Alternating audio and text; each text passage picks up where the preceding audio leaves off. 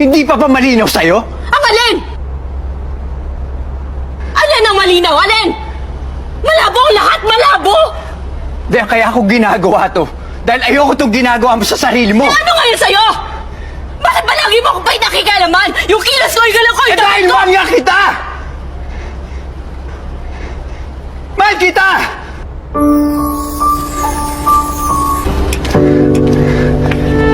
Anong sinasabi mo? Mahal nga kita. Hindi mo ba maintindihan yun? Mahal kita! Bakit mo to sinasabi? Bakit kailangan mo sabihin to, ha? Para umamo ko? Para makuha mo ako ulit? Ganun ba? Hindi. Mali yung iniisip mo eh. Anong gusto mong isipin ko? Akala mo ba tanga ko? Alam ko ang modus mo sa mga babae. Paikutin mo, pakakagatin mo. Kapag pinagsawaan mo na, iiwan mo rin. I'm sorry, sir, ha?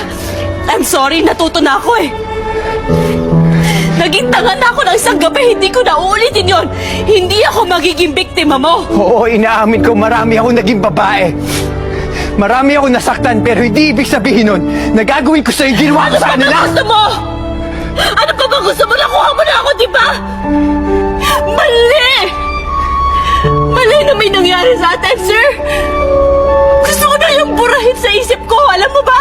Kaya pwede ba tandanan mo na ako? Wala lang ba sa'yo yun? Wala lang sa'yo nangyari sa atin? Then for me what happened to us was special. Paano naging special yung ginagawa mo rin sa ibang babae yung bagay na yun, ha?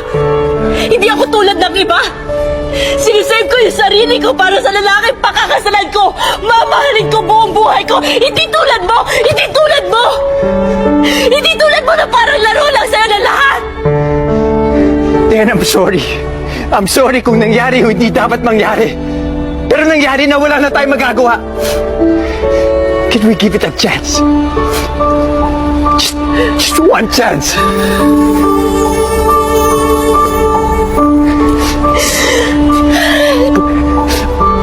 Hindi porket may nangyari sa atin.